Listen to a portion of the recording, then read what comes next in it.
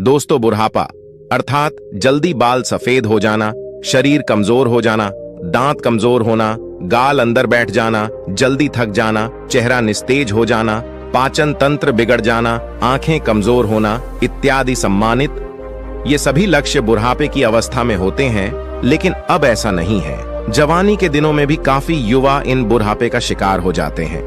तो आइए इसी बात को हम एक बौद्ध कहानी से समझते हैं। इससे पहले आप इस वीडियो को लाइक करें और अब तक आपने हमारे चैनल को सब्सक्राइब नहीं किया तो प्लीज चैनल को सब्सक्राइब कर ले और बेल नोटिफिकेशन को ऑल पर सिलेक्ट कर दें ताकि हमारी आने वाली वीडियो की सूचना सबसे पहले आपको प्राप्त हो। तो चलिए आज की कहानी को प्रारंभ करते हैं। दोस्तों, एक बार महात्मा बुद्ध एक सम्राट के राज दरबार में जाते हैं और उनसे पूछते ही, राजन बताइए आप लोग की प्रजा कैसी। राजन कहते हैं, हे भगवान, आपने जो उपदेश दिया है इससे हमारी पूरी प्रजा में लोग 60 वर्ष के हैं। उन्हें भी देखने में ऐसा लग रहा है जैसे 20 वर्ष के हो चुके हैं। सबकी ढलती उम्र जैसे रुक गई है, थम गई है। भगवान, सब लोग स्वस्थ हैं। हमारे राज्य में लोग तो बैठकर आराम कर रहे हैं क्योंकि अब किसी को दवा की जरूरत नहीं है। सभी लोग एकदम स्वस्थ हैं। हमारी प्रजा बहुत ही खुश है। दोस्तों, आज की कहानी बहुत ही ज्ञानवर्धक है, इसलिए इस कहानी को अंत तक अवश्य सुनिए। इस कहानी से आप यह जान पाएंगे कि कम उम्र में ही बुढ़ापा क्यों आता है। जैसे कि सभी लोग जानते हैं कि गौतम बुद्ध एक सम्राट भी थे, लेकिन उन्होंने सब कुछ त्याग कर एक सन्यासी का रूप धारण किया था। इसीलिए उन्हें सब पता था हमें क्या खाना चाहिए, हमें कैसी दिनचर्या अपनानी चाहिए। दोस्तों, आज हम महात्मा बुद्ध के 12 महत्वपूर्ण नियम या यह कह लो आज हम पूरे जीवन का रहस्य जानने वाले हैं। इसलिए आप सबसे विनम्र निवेदन है कि पूरी कहानी को ध्यानपूर्वक सुने और इन 12 बातों को सुनकर अपने जीवन में उतार लीजिए। यदि आप इन 12 उपदेशों को अपने जीवन में उतार लेते हैं तो आप अवश्य ही कभी बीमार नहीं होंगे और आपका बुढ़ापा आपको छू भी नहीं पाएगा। दोस्तों, इसे हम एक कहानी के माध्यम से समझते हैं जिससे हर एक बात आपके दिमाग में बैठ जाए और उसे आप जीवन में अपने उतार सके। तो चलिए कहानी को शुरू करते हैं। बहुत समय पहले की बात है। किसी राज्य में भादर सिंह नाम का एक राजा रहता था। राजा बहुत ही दयालु, बहुत दयावान और एक न्यायिक राजा था। उनकी 2 रानियां थीं और दोनों रानियां अति सुंदर थीं। वे रानियां भी उस राजा के स्वभाव पर गईं और वो रानियां भी बहुत ही धार्मिक प्रवृत्ति की थी। राजा इतना न्यायप्रिय था कि उनकी प्रजा कभी भी दुख का सामना ही नहीं करती थी, क्योंकि राजा ने अपने मंत्रिमंडल में 9 ऐसे मंत्रियों का गठन किया था जिनके जिम्मे हर एक विभाग बांटा गया था, जिनको यह कहा गया था कि तुम प्रजा का खान पान का ध्यान रखो। और उन सबको अलग अलग काम बांटे गए थे और उनका इतना सख्त हिदायत था कि किसी को अपने काम में लापरवाही बरतने पर उन्हें मृत्यु दंड दिया जाएगा। इसलिए उनके समूह में मंत्रिमंडल के जो मंत्री थे वे बहुत ही ईमानदारी से काम करते थे और राजा को जब भी कोई न्याय करना होता था तो कभी भी वह किसी के साथ एक पक्षी न्याय नहीं करते थे। वह दोनों पक्ष के एक एक समस्याओं को बहुत ही बारीकी से समझते थे। दोनों के मुद्दों पर ध्यान देकर वहीं पर निष्पक्ष फैसला सुनाते थे। इस तरह से राजा के पूरे राज्य की प्रजा बहुत ही सूखी और राजा हर हफ्ते राज्य का एक चक्कर लगाते थे और पूरे राज्य के जीतने लोग भी थे। उन सबको सभा में बुलाया जाता था। किसके घर में कितना अनाज हो रहा है, किसके घर में खाने के लिए है कि नहीं, इस प्रकार राजा की व्यवस्था होती थी। इसलिए उनकी प्रजा सुखी जीवन व्यतीत कर रही थी। उनका राज्य बहुत अच्छे से चल रहा था। सारी प्रजा सुखी थी और इसी सुख की वजह से हमेशा प्रजा राजा का गुणगान करती थी। ऐसे ही एक दिन सभा चल रही थी। तभी उस सभा में एक किसान और उसकी पत्नी आते हैं और कहते हैं, महाराज, आज हमारे पास एक बहुत बड़ी समस्या है।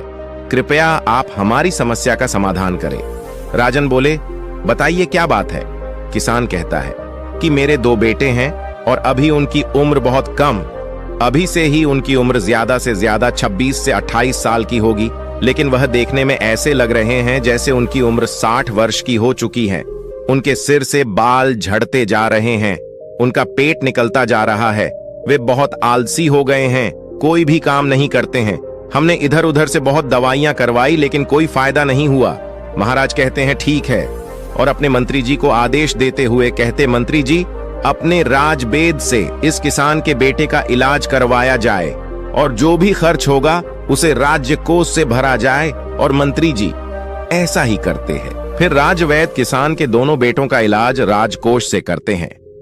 काफी दिन इलाज चलने के बाद फिर भी वह किसान सभा में उपस्थित होता है और कहता है, महाराज कोई आराम नहीं हुआ, मेरा बेटा वैसे का वैसा ही है। राजा कहते हैं, ठीक है, हम इस पर विचार करेंगे। और इस पर विचार चल ही रहा था कि तभी उस गांव से एक पति पत्नी रोते हुए आते हैं और वह भी उसी समस्या का निवारण करना चाहते थे। फिर धीरे धीरे सवाल चल ही रहा था कि एक एक करके पूरे गांव के आधे से ज्यादा लोग वहां आ गए। राजा असमंजस में पड़ गया। उन्होंने तुरंत आपातकालीन सभा बुलाई कि राज्य में जीतने भी वैध है, सबको बुलाया जाए और दिखाया जाए कि आखिर ऐसी क्या समस्या है जिसकी वजह से हमारे राज्य के सभी नवयुवक बूढ़े दिखने लगे हैं। इस समस्या पर पूरा शोध किया जाए। राजा का यह सख्त आदेश था कि जल्द से जल्द इस पर कार्रवाई किया जाए और पूरे राज्य में छानबीन की जाए। सभी का घर घर जाकर पता लगाया जाए कि इसका कारण क्या है। जितनी भी प्रसिद्ध वैद्य थी सभी को बुलाया गया और फिर एक आपातकालीन बैठक की गई और उस आपातकालीन बैठक में सारे विचार विमर्श किया गया। राजा ने सभी वेदों से कहा, आप लोगों के पास 10 दिन का समय है और इस 10 दिन के अंदर पूरे राज्य के हर एक घर की बीमारी का पता लगाइए। ऐसी कौन सी बीमारी है या ऐसी कौन सी चीज है जिसे खाने से यह बीमारी हो रही है। राजा ने कहा कि जो भी राज्य में इस बीमारी का सही सटीक पता लगाएगा उस राजवैद्य को उचित पुरस्कार के रूप में एक राज दे दूंगा। अब सारे वैद्य एकदम से एक तल्लीन होकर जुट गए और घर घर जाकर रात दिन एक एक करके पूरा 10 दिन छानबीन की। फिर वे एक दिन जब राज्य की सभा लगती है तो उस राज्य में सारे राज्य वैद्य और पूरे राज्य के लोग इकट्ठा होते हैं। फिर राजा एक एक करके सारे वैद्य से पूछते हैं। तब सारे राजवैद्य अपने अपने विचार रखते हैं, महाराज हमने पूरी छानबीन किया और छानबीन के हिसाब से हमने लोगों का उपचार भी किया, लेकिन किसी को आराम नहीं मिल रहा है। फिर एक राजवेद खड़े होते हैं जो बहुत ही बुजुर्ग थे। उनकी उम्र लगभग 125 वर्ष या 130 साल की थी और उन्होंने कहा, हमारा जो अपना निष्कर्ष निकला, हमारा जो अपना अनुभव है, उस अनुभव से हमें यही लगता है कि हमारे यहाँ रहन सहन और यहाँ के खाने में कुछ दिक्कत हो रही है जिसके वजह से ये सब हो रहा है, लेकिन हमारे पास इसका सटीक जवाब नहीं है। राजा उस बुजुर्ग राजवैद्य की बात सुनकर वह राजा असमंजस में पड़ जाते हैं कि 130 साल के बुजुर्ग यह बात बता रहे हैं। तो राजा ने कहा, इसका समाधान क्या होगा? अब इसका समाधान भी आप ही बताइए, क्योंकि हम आज 1 महीने से इस कारण से चिंतित हैं। 1 महीने से हमारी प्रजा परेशान हो रही है और इसे देखकर हम लोग इसी सोच से परेशान होते जा रहे हैं। मेरे भी बाल झड़ने शुरू हो गए हैं।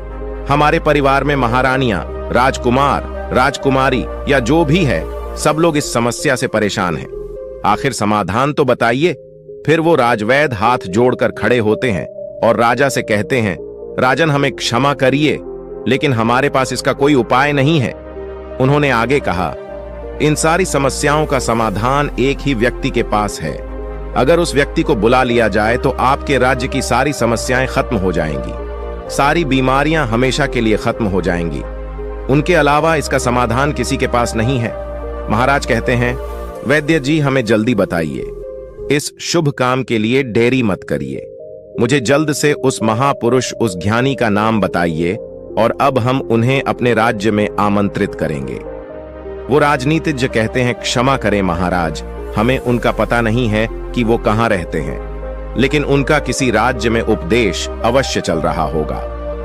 कृपया आप अपने सैनिकों को सारे राज्य में भेज करके पता लगाए कि महात्मा बुद्ध किस राज्य में हैं, कहां पर है, कहां पर उनका उपदेश चल रहा है। केवल उन्हीं के पास इस समस्या का समाधान है और दूसरा किसी के पास इसका कोई समाधान नहीं। राजा यह बात राज्य वैद्य की मुंह से जैसे ही सुनते हैं, उन्होंने अपने सबसे काबिल मंत्री को यह आदेश देते हैं कि जल्द से जल्द महात्मा बुद्ध का पता लगाया जाए और उन्हें आदर सम्मान के साथ अपने राज्य में लाया जाए। यह हमारा सख्त आदेश है।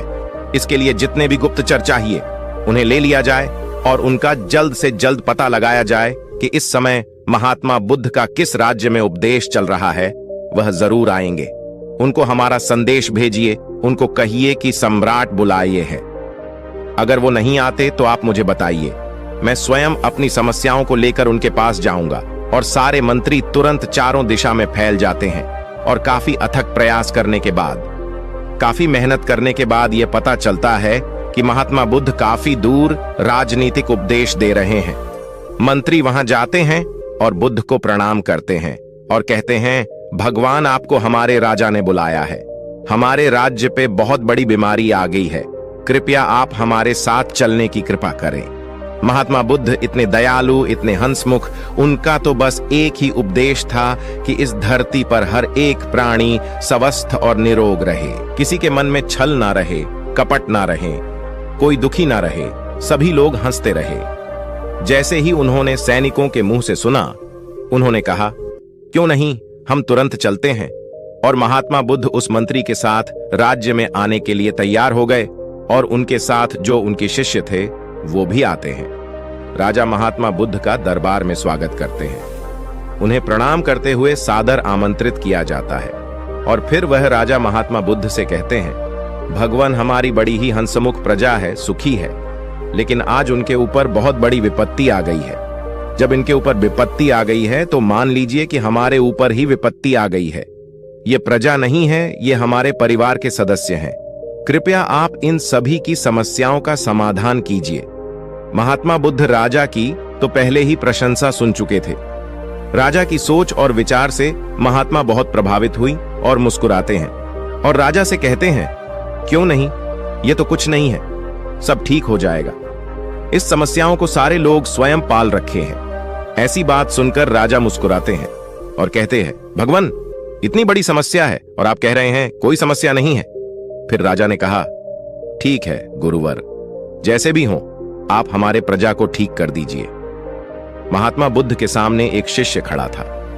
महात्मा बुद्ध उस शिष्य की तरफ इशारा करते हैं तो शिष्य कहता है, राजन हमें आपके राज्य में एक ऐसा खुला स्थान दीजिए जहां पर राज्य के सभी लोग एकत्रित हो सके, जहां का खुला वातावरण हो, जहां प्राकृतिक धूप आती हो, जहां प्राकृतिक हवा हो, सुनहरा माहौल। वहां पर कल प्रातः 4:09 बजे लोगों का उपचार किया जाएगा। लेकिन लोगों को उपचार देने से पहले आप अपने राज्य में ऐसा आदेश लागू कर दीजिए, उस स्थान पर आपके पूरे राज्य के सभी लोग और आप खुद भी उस स्थान पर उपस्थित हों। सभी लोगों को कल से उपदेश देना शुरू हो जाएगा और यह उपदेश 12 दिन तक चलेगा। 12 दिन एक एक करके उपदेश दिया जाएगा और इन 12 दिनों में आपकी पूरी प्रजा स्वस्थ हो जाएगी। राजा शिष्य के मुंह से यह बात सुनकर बड़े खुश होते हैं। सिर्फ 12 दिन में राजा कहते हैं, ठीक है, जो भी खर्च आएगा वो सारे हमारे राजकोष से दिया जाएगा। फिर वो शिष्य कहता है, कोई खर्चा नहीं आएगा महाराज, आप निश्चिंत रहिए। आप सिर्फ अपनी प्रजा से यह सख्त आदेश करवा दीजिए कि 4 बजे वहां उठकर नहीं आएंगे, उसे दंड दिया जाएगा। राजा यह आदेश लागू कर दिए और बोले, कल सुबह सबको वहां आना है। राजा ने एक बहुत बढ़िया सा स्थान निर्धारित किया और कहा कि कल पूरी प्रजा उसी स्थान पर आएगी, हम भी आएंगे और वहां पर महात्मा बुद्ध के विचार सुनेंगे और जैसे जैसे महात्मा बुद्ध कहेंगे उनका पालन किया जाएगा और हमारे सारे गुप्तचर सबके घरों पर निगरानी रखेंगे। जो भी उपदेश का पालन नहीं करेगा उसे सभा में दंडित किया जाएगा। यह सारी बातें घोषित करने के बाद पूरे प्रजा राजा को प्रणाम करती हैं और कहते हैं, नहीं महाराज, हम सभी लोग वहां उपस्थित अवश्य होंगे। महात्मा बुद्ध को सभी लोग प्रणाम करते हैं और वहां से चले जाते हैं। उस दिन की सभा वहां पर स्थगित कर दी गई और अगले दिन महात्मा बुद्ध का प्रवचन होने वाला ही था। सबके सब 4 बजे महात्मा बुद्ध का प्रवचन सुनने के लिए पहुंच जाते हैं। फिर महात्मा बुद्ध सभा में अपने शिष्य को इशारा करते हुए कहते हैं कि लोगों को बताओ। उनका शिष्य अपने स्थान पर से खड़ा होता है और कहता है, कल से पूरे राज्य के लोग सुबह 4 बजे ब्रह्म मुहूर्त जब शुरू होगा उसी समय उठने के बाद 2 से 3 गिलास गुनगुना पानी करना है और उस गुनगुने पानी को मिट्टी के बर्तन में घूंट घूंट करके पीना है। जो इसका अनुसरण नहीं करेगा उसे आराम नहीं होगा। यह महात्मा बुद्ध का पहला उपदेश था। इस पहला उपदेश का पालन करना है और कल दूसरा उपदेश दिया जाएगा। कल इस उपदेश का सभी लोग पालन करके आएंगे और सभा वहीं पर समाप्त होती है। फिर अगले दिन सभी लोग समय से वहां उपस्थित हो जाते हैं। सभी लोगों से महात्मा बुद्ध किसी से पूछते हैं कि क्या हुआ, कितने लोग पालन किए। सभी लोगों ने हाथ उठाया और सभी लोगों ने कहा, हमने इसका पालन किया है और आज हमें बहुत आराम मिला है। हमारा पेट बहुत अच्छे से साफ हुआ, शरीर बिल्कुल हल्का हल्का लग रहा है और हम बिल्कुल स्वस्थ लग रहे हैं। फिर महात्मा बुद्ध शिष्य से कहते हैं, तब शिष्य कहता है, अब दूसरा उपदेश यह है कि सबको टहलने चलना है और चलना कितना है, 2 से 3 किलोमीटर। उसमें जो बच्चे हैं, नौजवान हैं, वह दौड़ेंगे और जो सामान्य लोग हैं, जो 40 से 50 की उम्र की हैं, वह तेज चलेंगे और वे 1 सेकंड में 1 कदम 1 मिनट में 60 कदम चलेंगे और दौड़ सकेंगे तो दौड़ेंगे। बहुत तेजी से नहीं दौड़ना है, बस अपनी क्षमता के अनुसार 2 से 3 किलोमीटर तक ही चलना है। वह दूसरे दिन का उपदेश था। अगले दिन फिर से सभा शुरू होती है, फिर से सभा लगती है। फिर से सभा में वह पूछता है सभी लोगों से, आप लोगों ने पहले 2 दिन का पालन किया? सभी लोगों ने अपने हाथ उठाकर सहमति जताई। शिष्य पूछता है कि आप लोगों को कैसा लग रहा है? तब वे कहते हैं, गुरुवर, हमको कोई बीमारी नहीं है, ऐसा लग रहा है। फिर से शिष्य कहता है, अब सब लोग योग करें। प्राणायाम अपने हिसाब से सभी लोग प्राणायाम, जिसमें अनुलोम विलोम शामिल होगा। अनुलोम विलोम कैसे किया जाता है? अनुलोम विलोम कैसे किया जाता है? सूर्य प्राणायाम कैसे किया जाता है? यह सब उस शिष्य ने सभी को बताया और कहा, सभी लोग को कम से कम 30 मिनट से लेकर 45 मिनट तक इसे रोजाना करना है। और उस दिन की सभा भी समाप्त हो गई। अगले दिन फिर सभा लगी और उस सभा में सारे लोग उपस्थित हुए और उस उपस्थिति के बाद सबसे दिनचर्या पूछी जाती है, किसने कितना अनुसरण किया? सबने कहा, अब तो हमको ऐसा लग रहा है हमको जैसे कोई बीमारी ही नहीं है, कोई अलार्म नहीं लगाना पड़ता, हमें जगाना ही नहीं पड़ता। 4 बजे अपने आप हमारी आंखें खुल जाती हैं। यह सुनकर महाराज बहुत खुश हुए। इतना बड़ा चमत्कार, बिना किसी पैसे की हमारी प्रजाएं ठीक हो रही है। राजा तुरंत खुश होकर महात्मा बुद्ध को प्रणाम करते हैं और उनसे कहते हैं, आप हमारे ही राज्य में रहिए, भगवान यहां से मत जाइए। महात्मा बुद्ध मुस्कुराते हैं क्योंकि उनका तो काम ही है हमेशा हंसते रहना, क्योंकि वो चिंता नहीं करते थे। फिर वो कहते हैं, अब सभी लोग प्राणायाम, योग सब कुछ जान गए हो। अब सब लोग को अगले काम जो करना है वो ये है कि सभी लोगों को 300 ग्राम सेब खाने हैं। इससे ज्यादा भी खा सकते हैं लेकिन कम नहीं। उसके बाद सभी लोग अपना अपना काम करेंगे और उस दिन का भी ज्ञान समाप्त हुआ। सभा निष्कासित हुई। फिर अगले दिन सभी लोग आते हैं और सबसे पूछा जाता है कि किसको कितना आराम हुआ। सभी लोग कहते हैं, हम तो पूर्ण रूपेण ठीक हो गए। फिर से शिष्य कहता है, नहीं, अभी तो बाकी है, अभी तो आधा नियम और करना है। जब आप पूरे नियम का अनुसरण कर लोगे तब आपको कोई बीमारी नहीं आएगी, बुढ़ापा छूमंतर हो जाएगा, बुढ़ापा पास भी नहीं आएगा, मर्दाना ताकत बरकरार रहेगा, हमारे महात्मा बुद्ध की तरह चेहरे पर चमक बनी रहेगी। फिर वे कहते हैं, अगला उपदेश क्या है ये सुनिए, कल से सुबह 7-8 बजे तक सबको सेब खा लेना। फिर वो शिष्य अगला उपदेश सुनाते हुए कहते हैं, मान लीजिए सबने 7-8 बजे तक सेब खा लिया। उसके बाद 2-2.5 घंटे बाद सबको अपना पेट भर खाना खाना है, रोज का जैसे खाते हैं। और खाना खाने के बाद क्या करना है, अब वह सुन लीजिए। खाना खाने के बाद सबको रोटी खाना है, मल्टीग्रेन रोटी यानी कि मिक्स रोटी। वो कहते हैं कि उसमें गेहूं नहीं होगी, गेहूं अच्छी चीज नहीं है, उसमें बाजरा, मक्का, चना, इन 3 चीजों की सबको रोटी बनाना है और सबकी थाली में इसकी रोटी होगी और 1-1 कटोरी दाल होगी, उसमें देसी घी और 1 कटोरी मिक्स सब्जी का साग होगा। वह सीजन के हिसाब से होगा। सीजन वाली सब्जी अच्छी होती है, वही खाने योग्य होती है। बिना सीजन वाली सब्जी नहीं खाना है।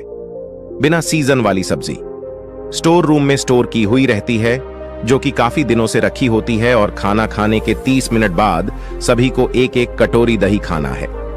यदि खाने में आप यह भी शामिल करते हैं तो जब आपका खाना खाने के आधा घंटे बाद दही में गुड़ डालकर खाएंगे तो आपका खाना बड़ी आसानी से बच जाएगा। फिर से शिष्य ने कहा, यह आज का उपदेश था, समाप्त हुआ और कल सभी लोग इसका अनुसरण करके आएंगे और सब लोग खुशी खुशी अपने घर को जाते हैं। जैसे उपदेश से बताया गया था ठीक उसी प्रकार सभी लोग उसका पालन करते हैं। फिर अगले दिन की सभा होती है और सारे लोग सभा में उपस्थित होते हैं। सबसे पूछा जाता है कि किसको कितना आराम हुआ। तब लोग कहते हैं, भगवान हमको तो कुछ बीमारी ही नहीं है, हम तो पूर्ण रूप से ठीक हो गए, हमको तो लगता ही नहीं है कि हम कभी बीमार हुए थे। महाराज और खुश हो गए। वह कहते हैं, यह तो खाना ही खाने से सब लोग ठीक हो गए, खाने से सबकी बीमारियां ठीक हो गईं। धीरे धीरे लग रहा था जैसे कि सबका मोटापा भी अपने आप चला गया।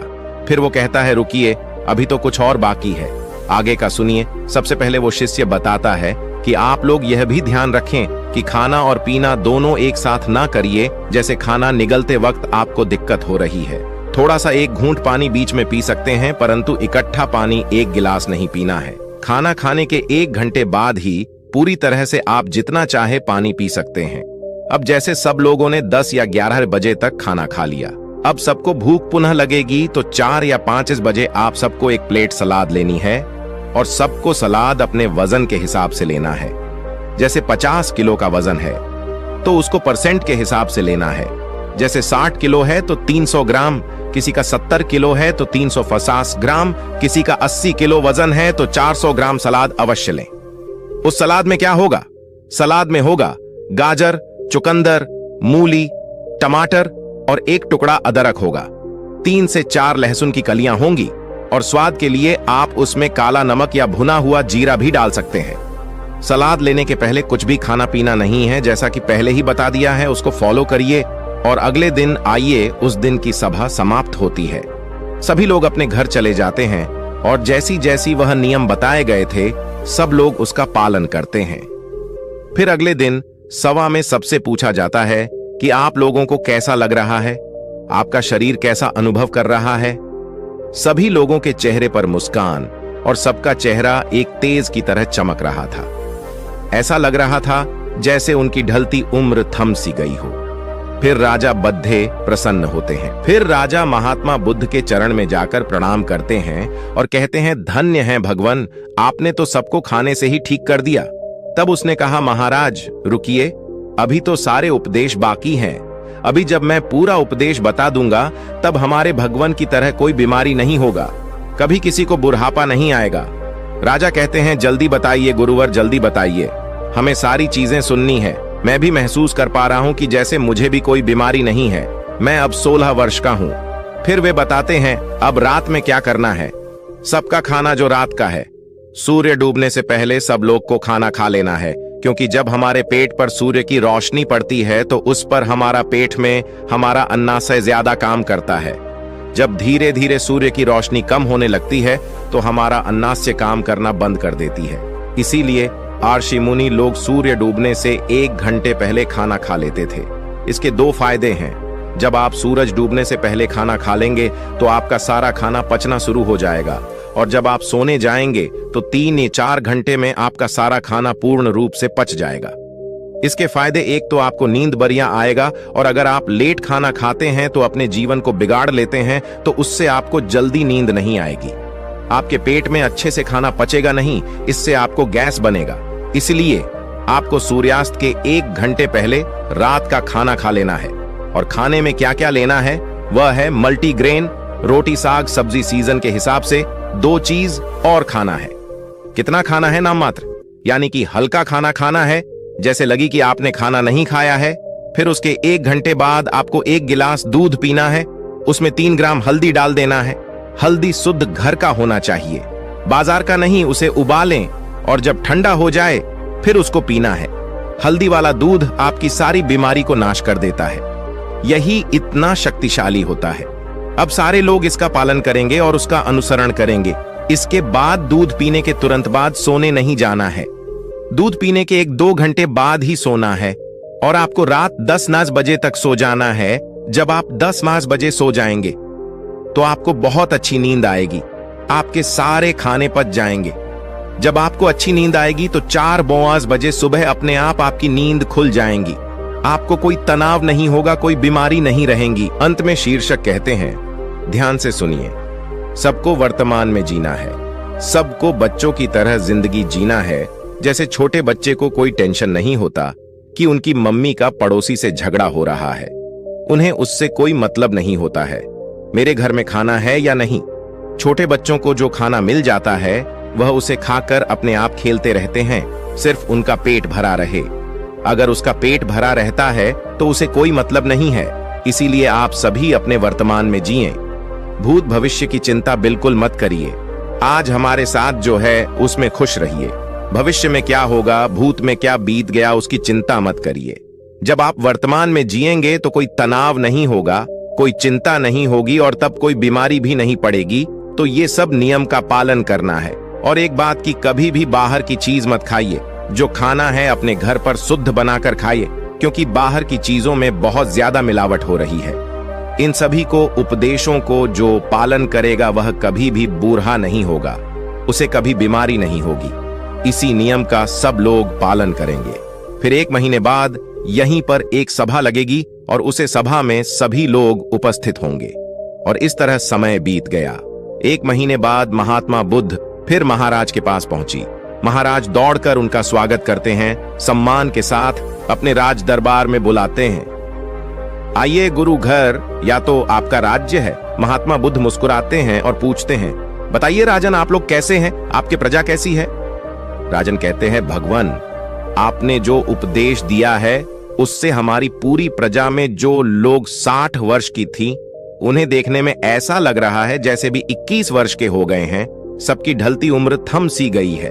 हमारे राज भर में लोग तो बैठकर आराम कर रहे हैं, क्योंकि अब तो कोई भी दवा की जरूरत नहीं है। सभी लोग एकदम स्वस्थ, हमारी प्रजा बहुत खुश है। तो दोस्तों, स्वास्थ्य के लिए महात्मा बुद्ध के 12 उपदेश आपको कैसे लगी, कमेंट करके अवश्य बताइएगा। यदि आप सहमत हैं तो नमो बुद्धाय अवश्य कहिएगा। मिलते हैं एक नए वीडियो में एक नए शिक्षा के साथ। तब तक आप इस वीडियो को लाइक करके चैनल को सब्सक्राइब कर दीजिए और बेल वाले आइकन को ऑल पर सिलेक्ट करें, ताकि आपको इसी तरह की बुद्धा स्टोरी मिल सके। नमो बुद्धाय।